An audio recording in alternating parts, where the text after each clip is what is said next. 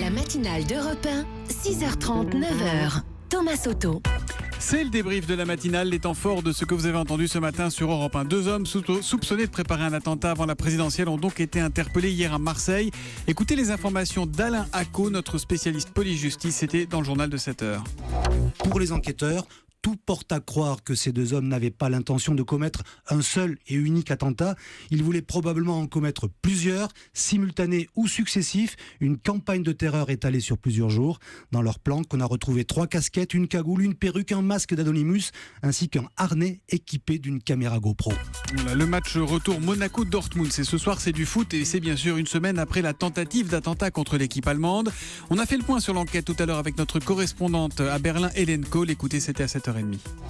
On a maintenant la certitude, on a évité de justesse un carnage. Le bus a pris les projectiles de métal contenus dans les 3 bombes légèrement de biais, si bien que la plupart des objets tranchants ont ricoché sur la carlingue. À 1 seconde près, les explosifs frappaient le bus de plein fouet, à l'horizontale et à pleine puissance.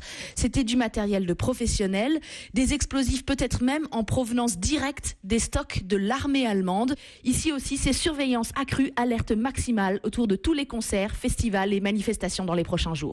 Voilà, le sport sur le terrain pour oublier un peu ce monde un peu dur. Et bien c'est ce soir à 20h45, coup d'envoi du match entre Monaco et Dortmund qui avait eu 3-2 pour les Monégasques à l'aller. Match à suivre en direct et en intégralité sur Europe 1. Ce soir à 23h23, après le match donc, un astéroïde de 650 mètres de diamètre va frôler la Terre et passer à 1 800 000 km de chez nous. C'est ça ce qu'on appelle frôler la Terre pour un astéroïde. Les explications de Laure d'Autriche étaient à 6h30. Heureusement que cet astéroïde ne fonce pas sur la Terre parce qu'il ferait des dégâts à l'échelle du globe. Son impact dégagerait une énergie équivalente à 1 million de fois celle de la bombe atomique lâchée sur Hiroshima. La dernière fois que cet astéroïde a frôlé la Terre, c'était il y a 400 ans. Depuis, il a contourné le Soleil et continuera ensuite sa route vers Jupiter. Avez-vous remarqué qu'on ne les remarque pas ? Pourquoi les artistes sont-ils complètement absents de la campagne présidentielle ? La réponse de Charles Berling qui répondait à Virginie Salmen, c'était dans l'enquête du 8h tout à l'heure. Les politiques vous demandent si ça vous intéresse de les rencontrer. Vous dites oui, mais dès que vous faites ça, vous avez 15 micros, 15 caméras autour de vous. Et puis vous apparaissez direct comme un soutien A. Si vous voulez, moi, c'est maintenant ça qui me gonfle, donc je ne veux pas y retourner. Charles Berling ce matin au micro de Virginie Salmen. Et puis tiens, puisqu'on parle de comédie, d'acteurs, est-ce que vous reconnaissez ce générique ?